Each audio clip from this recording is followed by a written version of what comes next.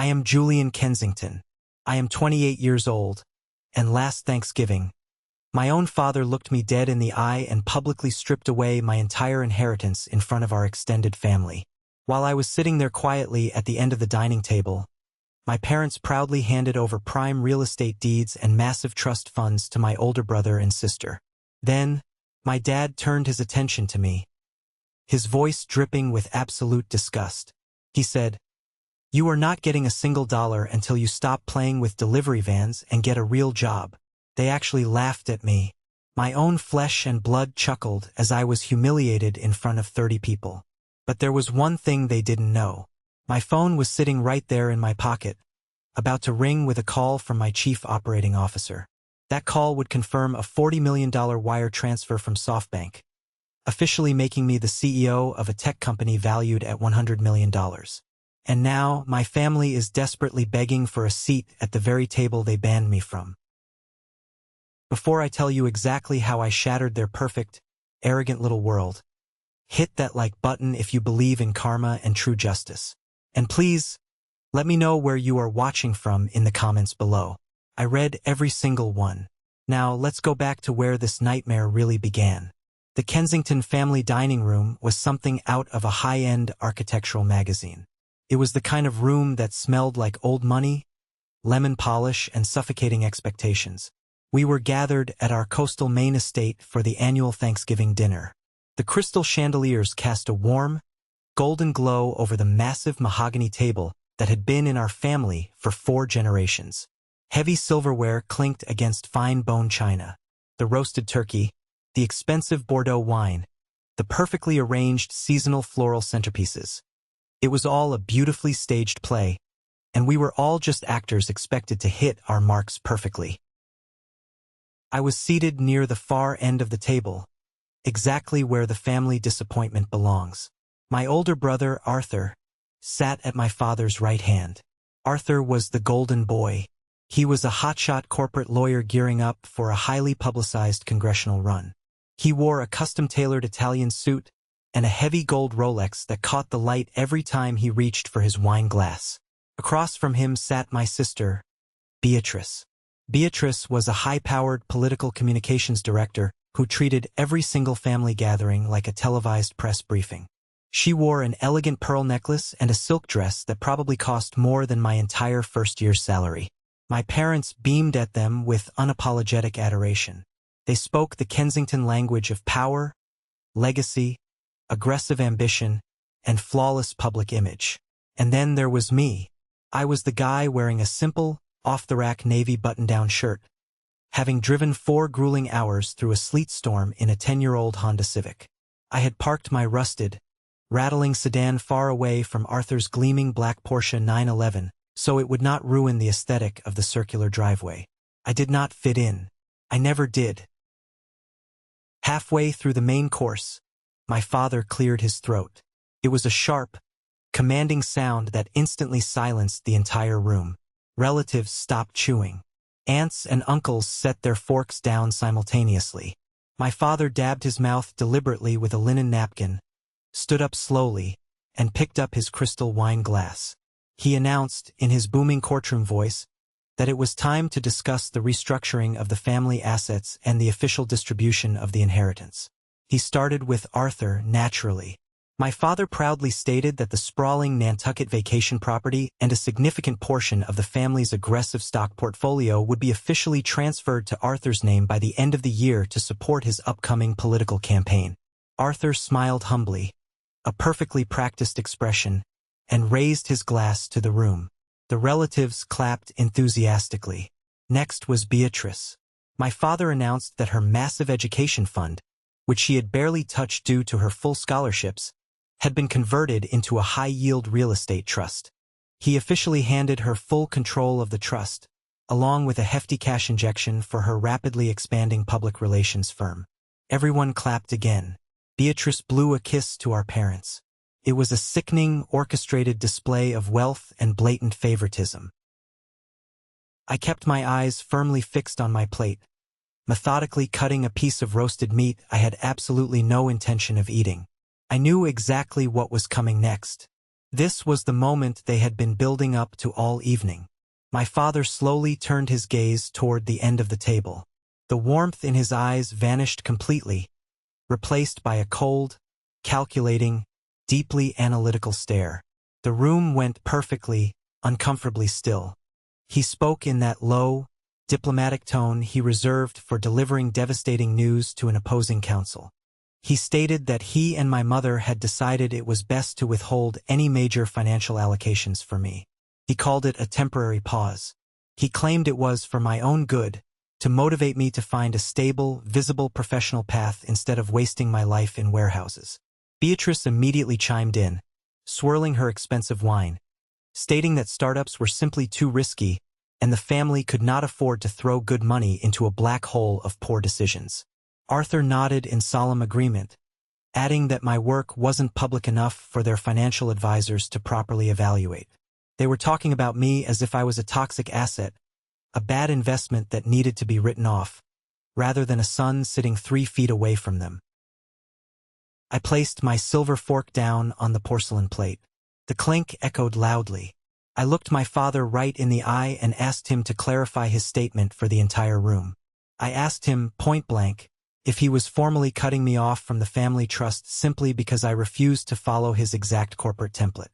My mother quickly leaned forward, nervously twisting her massive diamond wedding band, claiming this was not a punishment, but a necessary reality check to help me grow up. I did not yell. I did not flip the table. I did not give them the satisfaction of an emotional breakdown. I simply smiled, a cold, hard smile, and said I understood perfectly. Right at that exact second, my phone buzzed violently against my thigh. It buzzed again, and a third time in rapid succession. It was my emergency work line. I pulled the phone out of my pocket. The bright screen illuminated the dim room. The caller ID flashed, Marcus Urgent. Marcus was my chief operating officer. He knew the incredibly strict rules about calling me during family events. If he was calling me right now multiple times, the world was either completely ending, or we had just officially conquered it. I pushed my chair back and stood up from the table. My father let out a sharp, annoyed breath, openly criticizing my lack of basic dining etiquette and demanding I sit back down. But I ignored him completely. I pressed the phone to my ear, right there in the middle of the silent, judging dining room. Marcus didn't even bother saying hello. His voice came through the phone speaker loud, crisp, and incredibly clear, cutting through the heavy silence of the room like a razor blade. He shouted that SoftBank had just confirmed the $40 million wire. He said the funds were officially sitting in our corporate account. He announced that the pre-IPO valuation of $100 million was completely locked in and legally binding. And then he loudly called me CEO. I stood frozen for a fraction of a second. The words echoed off the mahogany walls and the crystal glasses. I could physically feel the eyes of 30 wealthy, arrogant relatives burning directly into the side of my face. My father's wine glass stopped halfway to his open mouth. Beatrice dropped her heavy silver fork onto her plate with a loud crash. Arthur stared at me, his jaw slightly unhinged, trying to process the numbers he had just heard. I told Marcus, keeping my voice absolutely steady, that it was fantastic news and instructed him to schedule a global team call for the very first thing in the morning. I hung up the phone, slid it slowly back into my pocket, and sat back down in my chair. The silence in that room was absolute. It was a living, breathing thing. It was thick enough to cut with a knife. I looked at my family, my $100 million secret finally out in the open, and I realized something profound. I did not care about their money anymore. I cared about the decades of disrespect, the isolation, and the cruelty that led us to this exact moment. Because to truly understand the absolute perfection of their stunned, horrified faces, you have to understand the sheer, agonizing hell they put me through to get here. Growing up as a Kensington meant you were essentially a high-end product on a display shelf, constantly being measured, polished, tested, and appraised. Unconditional love was not a concept that existed in our massive house. Love was a highly restricted currency, strictly distributed based on your latest academic achievements, your standardized test scores, and the social prestige of the people you associated with on the weekends. From the day Arthur could walk and talk, he was the undisputed golden child. He was aggressive, loud, fiercely competitive, and incredibly charismatic. By the time he was a freshman in high school, he was winning national debate championships and shaking hands with local state politicians at exclusive country club mixers. When Arthur received his acceptance letter to Harvard Law School, my father was so ecstatic he immediately drove him to a luxury dealership and bought him a brand new Porsche 911 in cash. I clearly remember standing on the front porch in the freezing cold, watching Arthur aggressively rev the engine in our driveway while my parents stood beside him, clapping and cheering as if he had just cured a major disease. I was an entirely different species. I hated the spotlight. I despised wearing stiff suits or arguing for sport in a crowded courtroom. I was deeply fascinated by systems. I liked figuring out exactly how broken things could be systematically fixed. While Arthur was out networking at yacht clubs, I was usually hidden away in the dusty, poorly lit back corner of our massive garage. I spent my teenage years taking apart old computers, building crude inventory tracking apps, and mapping out complex logistics delivery routes just for the sheer intellectual thrill of it. My parents looked at me like I was a diseased stray animal they were forced to house. To them, manual labor or anything resembling technical engineering was strictly for the hired working class, not a Kensington. My mother used to introduce me to her wealthy socialite friends with a tight, terribly apologetic smile. She would force a laugh and say, "This is Julian. He is still trying to find his footing in the world." I was 18 years old with a flawless academic record, but because my goals did not align with a prestigious Ivy League law degree or a run for public office, I was officially branded a failure. The true, devastating depth of my isolation finally hit me on the day of my college graduation from the Massachusetts Institute of Technology. Earning a dual degree in systems engineering and applied analytics from MIT is no small feat. I had spent 4 grueling years grinding through brutal, sleep-deprived nights, writing complex predictive models, and publishing a thesis on route optimization. I graduated at the very top of my class. As I sat in the massive, crowded auditorium, surrounded by thousands of cheering families waving signs and flowers, I kept looking up at the VIP balcony section. I waited. I watched the heavy wooden doors. I kept checking my phone screen until the battery almost died. When the dean finally called my name, I walked across the stage. I gripped my diploma hard. I smiled for the professional cameras. And when I looked up at the specific section where my family had promised to sit, it was completely, undeniably empty. 5 empty chairs in a sea of celebration. 2 hours later, standing completely alone in the humid parking lot holding my hard-earned diploma, my phone finally buzzed. I received a brief text message from my mother.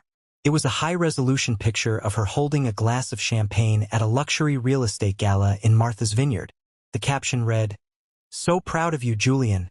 Wish we could be there, but your father had to finalize a massive commercial property deal. Let's do a quick dinner next month." I didn't cry. I didn't throw my phone. I just felt a cold, hard, permanent knot form deep in my stomach. That was the exact moment the desperate boy who wanted his parents' approval died forever.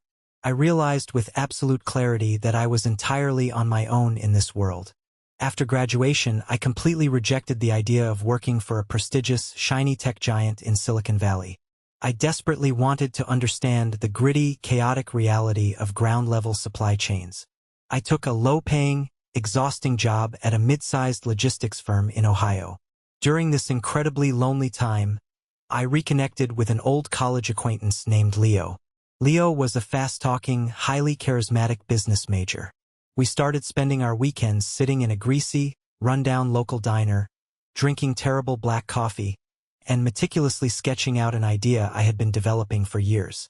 It was an advanced artificial intelligence algorithm designed to predict and automatically reroute last-mile delivery trucks during severe weather events or sudden traffic disruptions. I named the prototype SwiftRoute. I wrote every single line of code myself. I built the entire database structure. I designed the user interface. Leo was simply supposed to use his business degree to help me pitch the finished product to local delivery companies and handle the marketing materials. I trusted him completely. I thought he was my brother in the trenches. One rainy Tuesday afternoon, I logged into our shared cloud drive to update the core routing parameters before a major test run. The main folder was completely empty. The backup files were deleted. My stomach instantly dropped to the floor. I frantically dialed Leo's number. It went straight to a disconnected voicemail. I drove through the pouring rain to his apartment complex. The landlord told me he had cleared out all his belongings in the middle of the night. 2 agonizing days later, I received a thick, certified letter in the mail. It was from a massive, terrifyingly expensive corporate law firm representing a major logistics competitor. The letter was a formal cease and desist order. It legally stated that their corporate client had formally purchased the exclusive proprietary rights to a predictive routing software. Leo had taken my entire source code, registered the intellectual property under a fake shell LLC in his own name, and sold my life's work for a massive payout. I was entirely devastated. I had barely enough money in my checking account to buy groceries, let alone hire a lawyer to fight a multi-million-dollar corporate lawsuit. I sat on the cold hardwood floor of my tiny apartment, staring blankly at the peeling paint on the wall, feeling a level of raw betrayal that literally made me physically sick. First my own blood family abandoned me, and now the one friend I trusted stabbed me in the back for cash. The universe was repeatedly telling me I was nothing but a stepping stone for other people's success. I spiraled into a deep, paralyzing depression. I stopped writing code. I stopped trying to build anything. I just needed to pay my rent to avoid eviction, so I walked 3 blocks down the street and applied for a minimum wage job at a small, struggling independent flower shop owned by a sweet, elderly woman named Mrs. Higgins. Mrs. Higgins didn't care about my MIT degrees or my shattered ambitions. She just needed someone physically strong enough to unload heavy bags of soil, haul fertilizer, and try to organize her completely chaotic, failing delivery schedule. Her shop was a logistical disaster. Expensive wedding bouquets were constantly dying in the back of her rusted delivery van because her driver took horribly inefficient routes across the congested city. I spent my grueling days smelling like damp earth, crushed lilies, and cheap chemical bleach. My family, upon hearing of my new employment status, thought I had completely lost my mind. When Beatrice found out I was hauling dirt at a flower shop, she actually had her assistant email me a link to an elite psychiatric evaluation clinic, claiming my erratic behavior was becoming a public embarrassment to the pristine Kensington name. But Mrs. Higgins was different. She actually paid attention. She noticed me sitting on overturned buckets in the alleyway, aggressively sketching complex routing diagrams on the back of old, crumpled receipts. She brought me a cup of hot chamomile tea one freezing afternoon, looked down at my messy mathematical notes, and asked me exactly what I was trying to build. I looked at her kind, wrinkled face and told her I could fix her entire delivery problem. I told her I could build a custom system that would cut her fuel costs in half and guarantee every single flower arrived perfectly fresh. She didn't laugh at me. She didn't ask for a 60-page business plan or a corporate resume. She just walked over to her ancient cash register, pulled out a crisp $50 bill, handed it directly to me and said, "I believe you, Julian. Buy whatever server space you need to make it happen." That $50 bill fundamentally changed the trajectory of my life. I went back to coding with a vengeance. I rebuilt SwiftRoute entirely from scratch, utilizing completely new architecture, making it 10 times faster, smarter, and far more aggressive than the basic version Leo had stolen. I implemented it at the flower shop the following month. Within 90 days, Mrs. Higgins' profit margins skyrocketed to numbers she hadn't seen in 20 years. I finally had my bulletproof proof of concept. I had my weapon. The fire inside me was roaring again, and this time, I wasn't building anything to desperately impress my family. I was building an empire in the shadows for myself. But just as I was gaining incredible momentum, I discovered a dark family secret that proved my blood relatives' cruelty ran far deeper and far more malicious than I ever could have imagined. I thought the worst of the pain was over. I was so incredibly wrong. The monumental breakthrough for SwiftRoute did not happen overnight in some glamorous, glass-walled office. It was built on a grueling foundation of cheap instant ramen noodles, permanently bloodshot eyes, and relentless, soul-crushing corporate rejection. During a local tech networking event, I partnered with Marcus. Marcus was a brilliant, razor-sharp operations specialist who possessed exactly the same massive chip on his shoulder that I did. We pooled our meager savings and rented a windowless, concrete warehouse space on the absolute worst outskirts of the city. We didn't even have functional heating during the brutal winter months. We wore heavy winter coats, fingerless gloves, and thick beanies at our cheap folding desks, grinding out complex code and logistical infrastructure for 18 hours a day. We were exhausted, broke, but intensely driven. As we were finally scaling the business and approaching our first major operational milestone, the holiday season rolled around once again. For the past 3 consecutive years, I had mysteriously not received a single formal invitation to the extravagant Kensington Family Summer Gala, the annual charity auction, or the massive Thanksgiving dinner.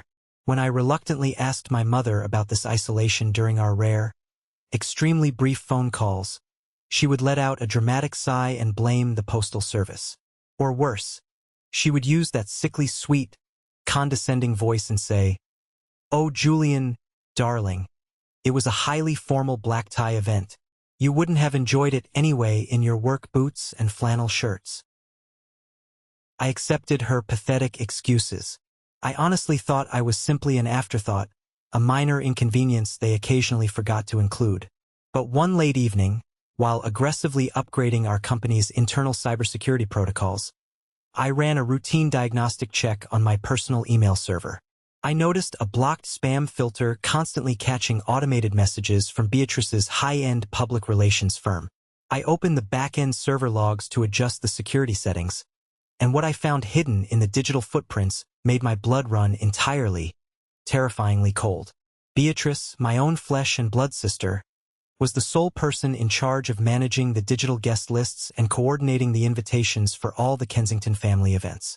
I dug deep into the email headers, bypassed the basic encryption, and meticulously cross-referenced the IP addresses. The data told a horrifying story. For 3 consecutive years, Beatrice had intentionally, maliciously altered my contact information in the master family database. She deliberately changed one single letter in my primary email address so every digital invite would bounce back. She manually changed the zip code on my physical mailing address so every paper invitation would be permanently lost in the mail system. She made absolutely, mathematically sure that I would never receive a single notification. And when the extended family occasionally asked where Julian was during these grand events, she played the role of the sad, innocent sister. She claimed she had reached out multiple times, exhausted every avenue, but I was just too busy playing in warehouses or too rebellious to show up and support the family. I sat frozen in my cheap, squeaky office chair, staring at the glowing lines of data on my monitor. The realization hit me like a physical, heavy punch directly to the chest. They didn't just casually forget about me. They didn't just overlook my existence.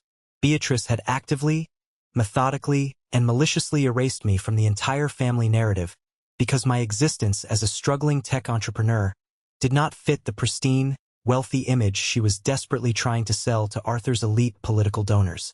I was a stain on the perfect Kensington brand, and she ruthlessly scrubbed me out. I gripped the cold metal edge of my desk so hard my knuckles turned stark white. Anger is a very funny thing. When it's hot, it makes you scream, throw things, and act recklessly. But when it turns ice cold, it gives you a terrifying, laser-focused level of clarity. I didn't pick up the phone to scream at her. I didn't confront my parents. I channeled every single ounce of that pure, unadulterated rage directly into the foundation of my company. Marcus and I officially went to war. We stopped wasting our time pitching to small local delivery companies and aimed our sights straight for the absolute top of the industry. We targeted the massive, highly complex national medical supply chain.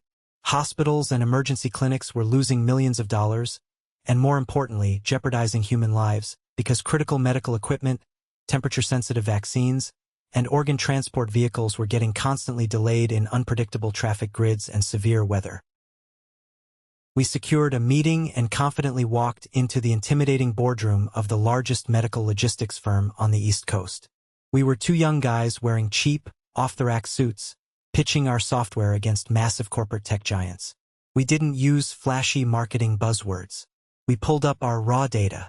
We showed their executives exactly how SwiftRoute operated in live, real-time crisis scenarios. We mathematically proved that our AI algorithm could instantly reduce their critical delivery failure rates by a staggering 32%. When the imposing CEO of that medical firm finally slammed his pen down and signed our first multi-year enterprise contract, I walked out of that massive glass building, looked at Marcus in the parking lot, and realized we had just officially hit our first $1 million in annual recurring revenue. From that exact moment on, we were an unstoppable, aggressive force in the market. We rapidly expanded our operations into 27 different states. We secured hundreds of massive distribution partners. The elite venture capital firms in Silicon Valley started circling our company like bloodthirsty sharks, practically begging to throw millions of dollars at our feet. We were in the final, grueling stages of negotiating a massive Series B funding round with SoftBank, preparing our corporate structure for a trajectory that would inevitably lead to a blockbuster, billion-dollar IPO. I was wealthy. I was powerful. I had a massive staff, but absolutely nobody outside of my immediate, highly secretive tech industry knew my name, and my treacherous family certainly had absolutely no clue about my monumental success. I purposely kept my old, rattling 10-year-old Honda Civic. I continued living in the exact same modest, one-bedroom apartment. I wore the exact same plain, inexpensive clothes. Then, exactly 2 weeks before the holiday, the heavy, cream-colored, wax-sealed envelope arrived in my rusted mailbox. It was a formal, legally worded summons. The return address was the headquarters of my father's elite corporate law firm. It was an ironclad invitation to the annual Thanksgiving family meeting at the main estate. The letter explicitly stated that attendance was strictly mandatory, as my father, acting as the primary executor, would be executing the final distribution of the family's trust funds, lucrative real estate holdings, and remaining college fund residuals. I tossed the heavy letter onto our warehouse conference table with a look of pure disgust. I told Marcus I wasn't going. I told him I was completely done playing their twisted, toxic psychological games. Marcus slowly leaned back against a humming stack of server racks, firmly crossing his arms. He looked at me with that sharp, highly analytical gaze that made him such a brilliant COO. He said, "Julian, listen to me. We are closing a $40 million funding round this Friday. You are about to be featured heavily on the cover of Forbes magazine. If you don't go back there and face those monsters right now, you will carry their heavy ghosts with you into every single corporate boardroom for the rest of your life. Go to Maine. Let them show you exactly who they are one last time. Let them dig their own graves. And then you burn the bridge to the ground." He was absolutely right. I couldn't move forward and lead a $100 million empire until I definitively, permanently closed the heavy door on my traumatic past. I needed to look them directly in the eye, not as the scared, rejected kid desperate for their validation, but as the powerful man who built a massive empire without a single dime of their dirty inheritance. I packed a small, cheap canvas overnight bag. I put on my usual inexpensive navy button-down shirt. I walked right past the luxury car dealership down the street, got into my rattling, dented Honda Civic, and started the long, brutal drive up the dark coast to Maine. A massive winter storm was brewing on the horizon, but I was driving straight into the absolute eye of it. The freezing gravel crunched aggressively beneath the worn, balding tires of my Honda Civic as I slowly pulled through the towering, ornate iron gates of the Kensington estate. The property was a sprawling, historically protected colonial mansion sitting ominously on a rocky cliff overlooking the gray, churning, violent Atlantic Ocean. It looked exactly the same as it did when I was a terrified child, cold, imposing, and completely, utterly unwelcoming. I navigated the long, sweeping circular driveway and intentionally parked my battered car right next to the entrance. Right next to my rusted sedan sat Arthur's newest expensive toy, a sleek, gleaming, midnight black Porsche 911. Behind it was Beatrice's custom-imported, pristine white Range Rover. The visual contrast was almost comical. My car looked like a piece of industrial trash that had accidentally blown onto a billionaire's perfectly manicured lawn.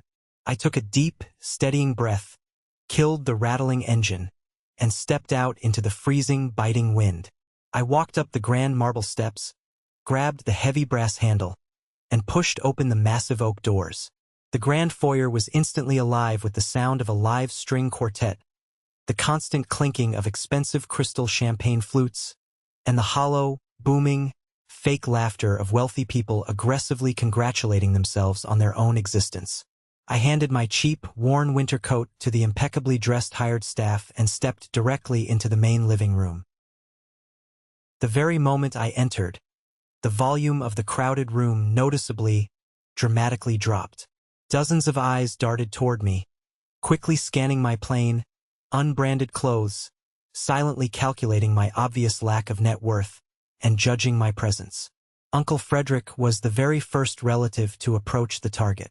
Frederick was a retired, highly arrogant investment banker who exclusively wore custom tweed jackets and treated absolutely everyone around him like a lowly subordinate.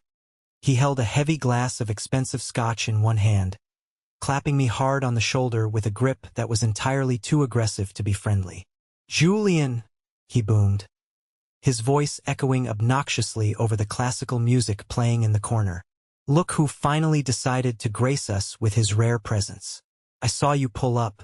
Still driving that absolute junker, I see. Tell me, boy, are you still playing around with those little delivery trucks in the mud? The economy is incredibly tough right now. Maybe your brother Arthur can find a spot for you sorting envelopes in the mailroom of his new political campaign headquarters.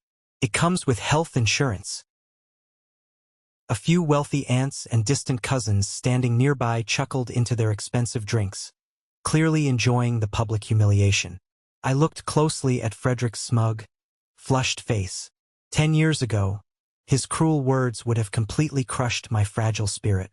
Today, looking at a man whose entire identity was tied to a dying banking era, I just felt an overwhelming, profound sense of pity for him.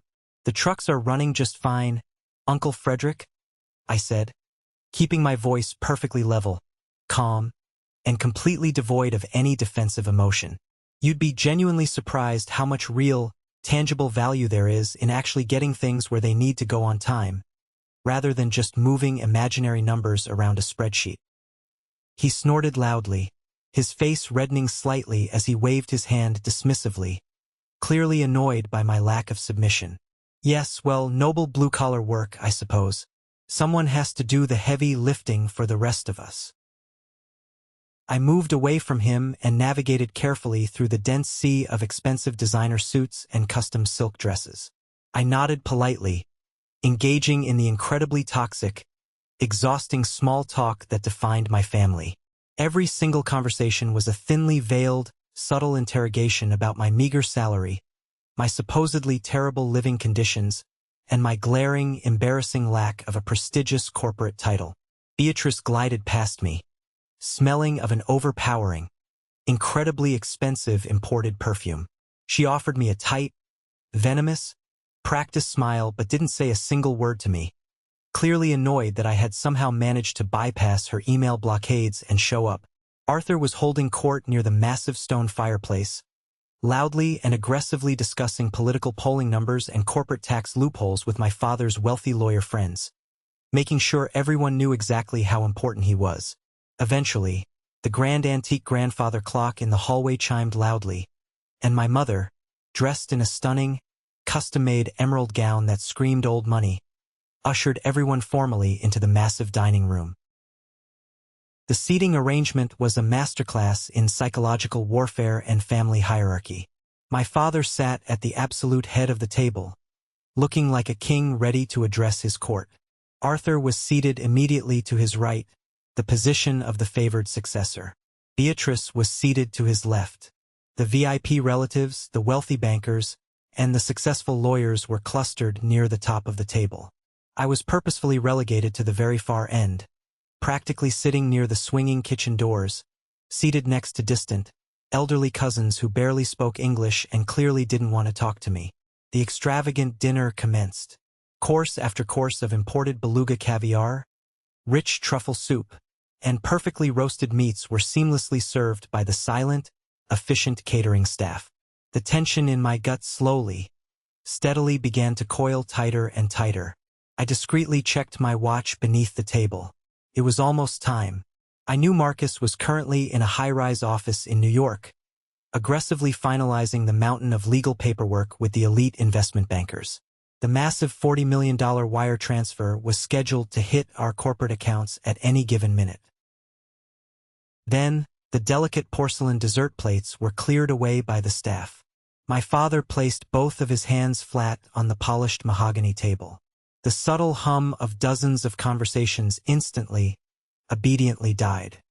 He picked up his heavy crystal wine glass, the rich red liquid catching the bright light of the chandelier overhead. He began his highly anticipated speech. He spoke beautifully and eloquently about the pristine Kensington legacy. He talked endlessly about duty, about the immense burden of upholding the family name, and about securing the financial and political future for the elite next generation. "Arthur," my father said, projecting his deep voice so every single person in the massive room could hear him perfectly, "your incredible dedication to the law and your upcoming, highly anticipated political campaign bring immeasurable pride to this family. To ensure your political war chest is fully, aggressively funded, the Nantucket estate and the primary aggressive stock portfolio are officially yours, effective immediately." The entire room erupted in thunderous applause. Arthur bowed his head in a display of sickening humility, raising his glass in a toast to his own greatness. "Beatrice," my father continued, his eyes shining with genuine pride, "your absolute brilliance in the field of public relations is unmatched in this city. Your massive education fund is now a fully vested, high-yield real estate trust, yours to control completely." More thunderous applause. Beatrice smiled radiantly, blowing a kiss to my father and raising her glass to the adoring room. I sat at the far, dark end of the table, completely still. I watched this grotesque, theatrical display of blatant nepotism and arrogance. I watched my parents literally buy the loyalty and affection of the children who perfectly fit their shallow corporate mold. My father paused. The heavy silence dragged on for a painfully, uncomfortably long moment. He slowly, deliberately turned his head. His cold gaze swept down the entire length of the long mahogany table, passing over the wealthy relatives, until his eyes finally locked onto mine at the very end. The immense pride completely vanished from his face. His expression hardened instantly into a mask of pure, unadulterated, public disappointment. He opened his mouth, drawing a deep breath to deliver the final, devastating blow. He was about to try and destroy my life and my dignity in front of every single person I knew. I sat back deeply in my chair, the heavy weight of my phone resting in my pocket, and I calmly waited for the executioner to strike. My father took a long, slow, agonizing sip of his vintage Bordeaux, savoring the silence he had created in the room. He looked at me across that polished mahogany table as if I were a speck of unsightly dirt on his expensive imported Italian rug. He cleared his throat, the sound resonating through the ornate, chandelier-lit dining room like a brutal gavel strike in a courtroom. Every single relative, from the wealthiest uncle to the most distant, gossiping cousin, leaned in, their expressions a mix of predatory curiosity and cold, calculated judgment. "And finally," my father said, his voice dripping with such profound condescension that it practically coated the air in the room. He let the silence build, knowing every single eye was locked onto me, waiting for my inevitable humiliation. "We have observed your recent professional endeavors with significant concern, Julian. You have spent the better part of your 20s playing at being a businessman, dabbling in erratic logistics projects, while your siblings have been tirelessly building actual, tangible, and prestigious legacies. Your mother and I have held a very serious, long overdue discussion about your future. We have decided that it is in the absolute best interest of the Kensington Family Trust to withhold all major financial allocations from you, effective immediately. We are implementing a formal, indefinite freeze on all your potential assets until you can demonstrate a level of stability, visibility, and respectability that actually aligns with our family's long-standing standards. In short, stop the nonsense and get a real, respectable career. He didn't just cut me off. He systematically insulted my entire professional existence. He made it sound like I was a wayward, foolish child who needed to be disciplined by the iron fist of the family patriarch. My mother, who had been eerily silent up until this precise moment, leaned forward, her face twisted into a mask of feigned, suffocating concern. She constantly twisted her massive diamond wedding band, a nervous, telltale habit she had developed over years of lying through her teeth. "It really isn't a punishment, Julian," she whispered, her voice pitched loud enough for every person at the table to hear her performative pity. "We just think it is high time you finally made some traditional, stable, and visible life decisions. Startups and logistics experiments are just so incredibly unstable. We simply wouldn't want you to ruin the established Kensington family name with another embarrassing failure like that flower shop incident. We are doing this because we love you, dear." Beatrice chimed in immediately, her lips curling into a smug, triumphant smirk that I had been seeing since we were toddlers. "It's honestly for the best, Julian. You really, truly should focus on branding and image management. People in our circles take you so much more seriously when you don't look like you're constantly struggling to make your rent or driving a car that belongs in a scrapyard." Arthur added his own arrogant 2 cents, looking down his nose at me with a smirk. "Your work isn't really public or respected, Julian. It's incredibly hard for the board of advisors to evaluate your actual contributions when they don't exist in the real corporate world. If you had just applied yourself to law school like I suggested 5 years ago, we could have had a completely different, much more productive conversation tonight." I sat there perfectly, unnaturally still. My blood was boiling so hot it felt like liquid fire in my veins, but my outward expression remained a stone-cold, impenetrable mask. They had clearly rehearsed this entire performance. They had sat in that living room before I arrived, drinking, laughing, and coordinating this public execution. They wanted to see me break. They wanted to see me beg, to see me crawl back and promise to be the obedient, submissive Kensington son they had always wanted me to be. I placed my heavy silver fork down on the fine porcelain plate with deliberate, measured precision. The sound was deafening in the silence. "Just so I am absolutely crystal clear," I said, my voice quiet but radiating a steady, underlying power that made them blink. "You are formally cutting me off from the trust because I have chosen to build a career that doesn't strictly follow the rigid, outdated Kensington template?" My mother shifted uncomfortably in her high-backed chair, her smile wavering. "We aren't cutting you off, dear. We are just pausing things. No vacation property, no family fund stake, no access to the liquid resources. But we are always here for you if you change your mind and decide to join the firm." The room held its collective breath. They were waiting for me to explode. They were waiting for me to start shouting, to start pleading, to make a total fool of myself so they could say, "See? He's unstable and ungrateful." Instead, I looked at them one by one, with a gaze that felt like ice. I looked at my father's arrogant, tightening jaw, my mother's fake concern, Beatrice's spiteful, shallow eyes, and Arthur's smug, self-satisfied grin. And then I smiled. It wasn't a happy, joyful smile. It was the terrifying smile of a man who held the absolute winning hand in a rigged game. "Understood?" I said softly, the word echoing with a finality that made Arthur suddenly look uneasy. Then, my phone buzzed violently against my leg. It was the signal. Marcus was calling. I pulled my phone out of my pocket. I didn't care about their ridiculous etiquette. I didn't care about their ancient, suffocating rules. I didn't care about being polite to people who had treated me like garbage for a decade. I stood up from the table, my heavy chair scraping harshly against the polished hardwood floor, a sound that made my mother flinch. "Really, Julian?" my father barked, his face turning an ugly, blotchy shade of deep red. "We are in the middle of a formal family dinner. Have you no decorum?" I ignored him entirely, my focus laser-sharp on the device in my hand. I pressed the phone to my ear and tapped the speaker button, ensuring the entire room would catch every word. "Marcus," I said, my voice ringing clearly through the silent, tense dining room. "Julian."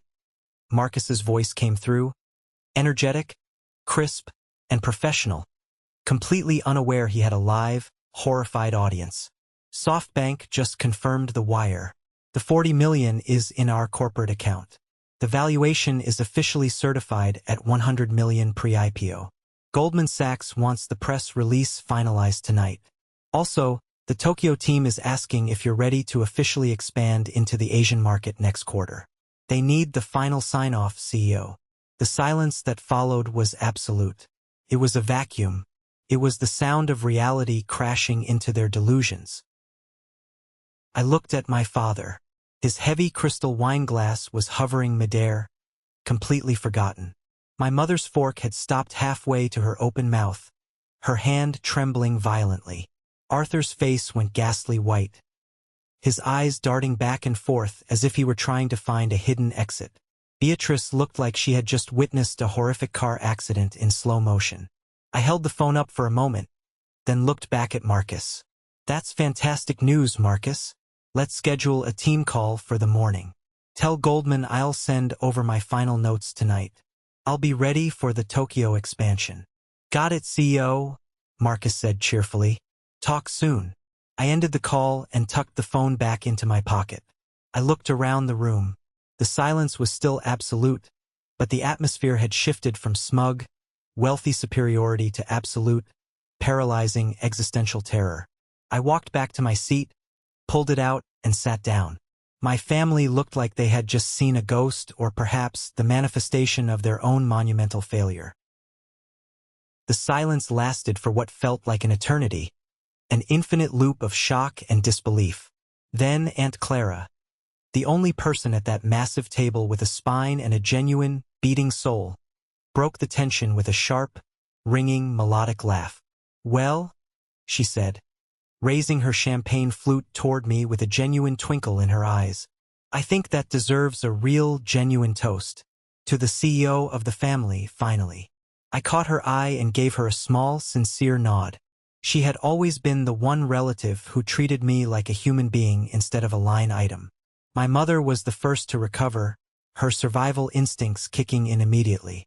Her face transformed in a fraction of a second, moving from pure shock to a sickly, sugary, pathetic sweetness. "Julian, darling," she said, her voice breathy and desperate, trying to save her image. "Why didn't you tell us? We were so worried about you." My father leaned forward, his arrogance replaced by a sudden, intense, predatory hunger. "SoftBank? As in the SoftBank? And Goldman's involved? Julian, we should have had this conversation much earlier. If you had just told us your company was doing this well, we could have coordinated a family investment. Perhaps we could have helped you scale even faster." The man who had just finished telling me I wasn't worth a single dollar now wanted to be my primary investor, hoping to leech off the success he had spent years trying to destroy. The audacity was breathtaking. Arthur jumped in, his voice slightly higher pitched than usual, trying to regain his grip on the narrative. "Goldman Sachs, huh? That's real institutional weight. We could position this as a Kensington Family Innovation Initiative. I have high-level donors who would love a tech-forward story to attach to my campaign platform. This is absolutely perfect for the messaging." Beatrice wasn't far behind, already spinning the propaganda in her head. "We're organizing a high-profile healthcare reform panel next month, Julian. Brian, my boss, would love to feature you. We could brand your work as part of the campaign's forward-looking agenda. It's absolutely perfect for the press." They weren't looking at me anymore. They were looking at my bank account. They were looking at my influence. They were looking at me as a strategic asset to be exploited, not a son to be loved. I took a long, slow, deliberate sip of my wine, watching them scramble like rats in a sinking ship. I let them sweat for a minute, letting the sheer desperation of their pathetic pivots wash over me. "I thought you said startups were too risky," I said, my voice calm and conversational, cutting through their excitement. No one laughed this time. For a moment, they looked genuinely embarrassed by their own naked greed. Then, as if on a timer, they all started talking at once, trying to explain, trying to rewrite the history of the last 20 minutes to make themselves look like supportive, visionary mentors. My mother reached across the table, her hand gleaming with expensive, heavy rings, and tried to touch mine. "Sweetheart, I know we've been cautious, but you have to understand we were just worried about your future. Startups fail, Julian. We just didn't want you to get hurt by the harsh realities of the market." I pulled my hand away gently, refusing to let her touch me. "You were worried?" I asked, my voice rising slightly. "That's funny because no one has asked how I was doing in 10 years. You weren't worried about me. You were embarrassed by me." Their faces tightened. They didn't like the naked truth. They preferred their polite, curated versions of reality where they were always the heroes. "You've spent a decade minimizing every single thing I do," I continued, keeping my voice steady and cold. "You laughed when I said I was building software. You called it a hobby. You told your friends I was between jobs while I was leading logistics transformation pilots across 10 states. Arthur cleared his throat, trying to regain his composure. "Come on, Julian. You know we were just teasing. It's a family thing." "No," I said firmly, the words slamming into the room. "It wasn't a family thing. It was a power thing. You were diminishing me because it made you feel more comfortable in your own success. And now that you know there's a $100 million valuation involved, suddenly I'm not embarrassing anymore. Now, I'm a strategic asset to be branded." Beatrice looked genuinely hurt, or at least she played the part with theatrical excellence. "That's not fair, Julian. We've always believed in you." "Really?" I raised an eyebrow, challenging her. "Name my company." Silence. They looked at each other, panicking. They didn't even know what I did for a living. "It's SwiftRoute," I said. "We optimized last-mile delivery for medical supply chains using AI predictive modeling. We currently operate in 27 states with 213 distribution partners and a 96% fulfillment success rate." My father blinked, his brain finally processing the scale of it. That's impressive." "Yes," I said. "It is." He straightened his expensive tie, slipping back into his familiar boardroom mode. "Well, then we should revisit your position in the trust. Clearly, the situation has evolved. We can make adjustments." "No," I replied, my voice sharp as a surgical scalpel. "Nothing has evolved in the last 20 minutes except your perception of my net worth." "You're overreacting, Julian," my mother said, her voice trembling. "No, I'm responding," I said.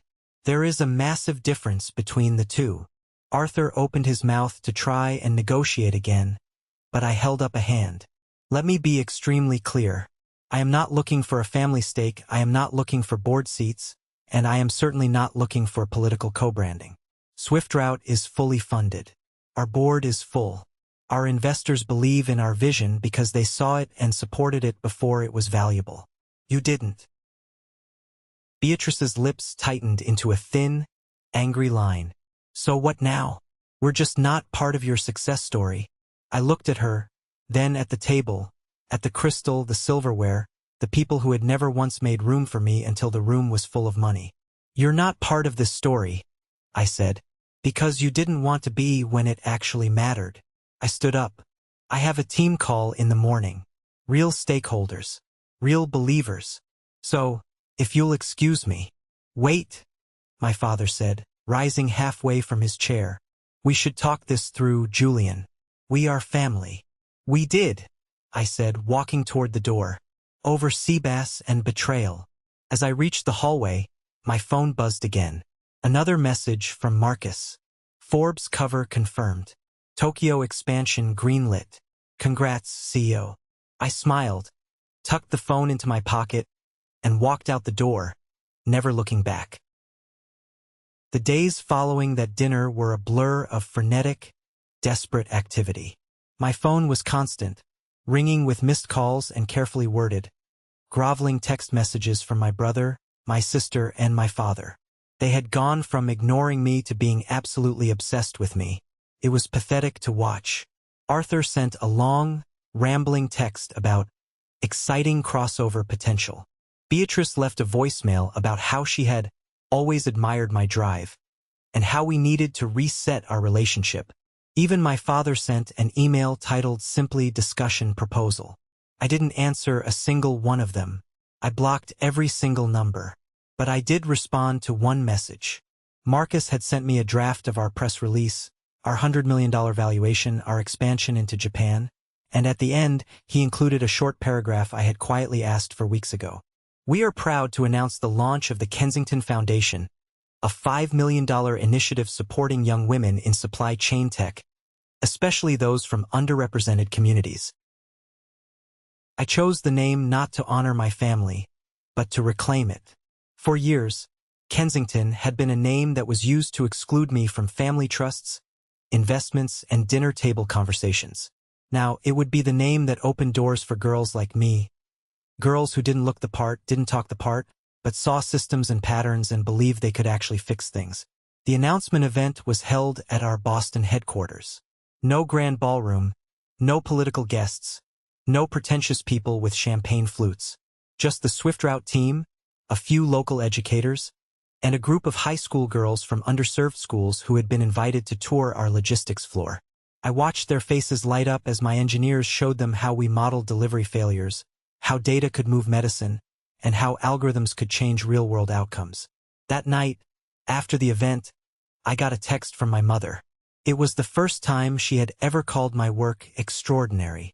She asked if I would consider letting the family host a fundraiser for the foundation at the Vineyard House. I stared at the screen for a long time. It was the validation I had spent my entire childhood chasing. But it felt completely empty. She still wanted to use the house they had excluded me from for years to host a fundraiser that would make them look good to the public. I didn't respond to her text.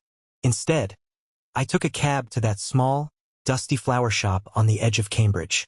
Mrs. Reed, the owner, still remembered me perfectly. She was the first person to believe I wasn't just good with computers, but someone who could solve real-world problems. I handed her an envelope with instructions and a business card. The next day, a massive, stunning bouquet of white lilies was delivered to the Kensington estate, addressed specifically to my mother. The card inside read, "Thank you for your offer. The foundation already has a venue, a warehouse. The exact same one where I built everything you once called a phase. Warmly, Julian." I knew that would hurt. It wasn't the kind of hurt you could sue over. It was the kind of hurt that cut straight through their pride and exposed the emptiness of their gestures.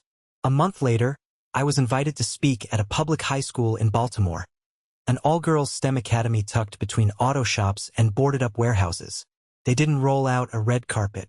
There were no camera crews, just a folding chair, a modest auditorium, and 50 girls with notebooks and sharp, intelligent eyes.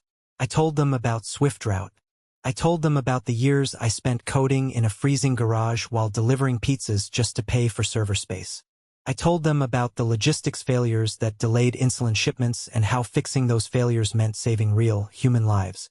Afterward, during the Q&A, a girl in the second row raised her hand. She couldn't have been older than 15. She had braids, chipped nail polish, and a look of intense, quiet determination that reminded me too much of my younger self.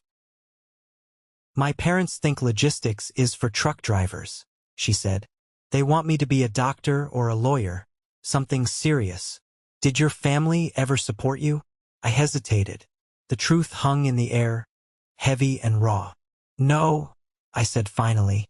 "They didn't. Not at first. Not when it mattered."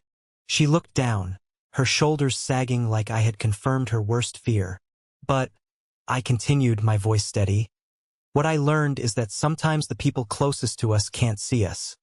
Not because we're invisible, but because they only recognize reflections of themselves. You don't have to fight them. You just have to build something they can't deny.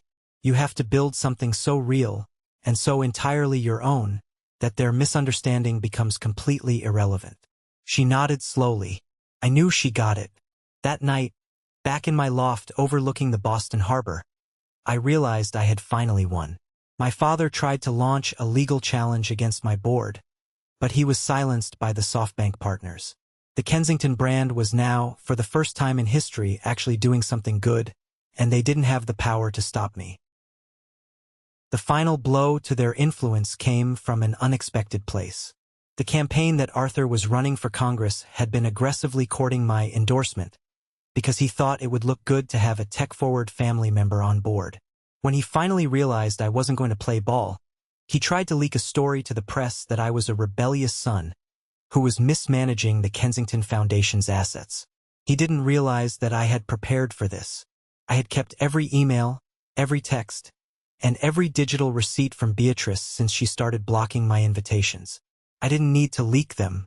I just had the Foundation's legal team send an official letter to the major newspapers stating that I would be releasing the full history of my exclusion if the harassment from the Kensington family didn't stop immediately.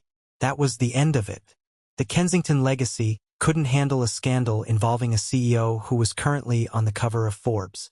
Arthur dropped the campaign talking points overnight. I didn't care about the political fallout. I didn't care about their reputation. I only cared about the life I had built. I hosted a quiet dinner for my team at the warehouse office where it all began. No press, no gala, no pretentious people with champagne flutes. Just the people who believed in me from the start. As everyone was leaving, Marcus handed me one last delivery. It was a simple bouquet of peonies. No card, just a look between us, an understanding. I placed them by the window next to a framed photo of that warehouse in its earliest days. Concrete floor, cardboard desks, no heat, no furniture, just a vision. That's what I built. Not just a company, a legacy, my own. I finally understood that the pain I suffered wasn't a curse. It was the forge. It was what made me capable of building something that couldn't be touched by the Kensington name. As I stand here today, looking back at that dinner table, I don't feel anger anymore. Anger requires a connection, and I've severed that connection completely. I have found a new family. A family of people who build, who solve, and who care about the world. If you're listening to this, and you're struggling to prove yourself to people who are determined to keep you small, remember this: your value is not defined by their vision of you. You don't need their permission to be extraordinary. You just need the courage to build something they can't ignore. The most powerful revenge isn't tearing them down. It's becoming so successful, so impactful, and so genuinely happy that their judgment no longer matters. Their world is small, their vision is narrow, and their legacy is built on sand. But the world you're building, that's made of steel. Have you ever faced something similar with your own family? Have you had to walk away from people who were supposed to support you? Share your story in the comments below. I read them, and I promise you are not alone. Thank you for being part of this journey with me. It means more to me than you know. Don't forget to like, subscribe, and hit the notification bell so you don't miss the next chapter of this journey. We're just getting started.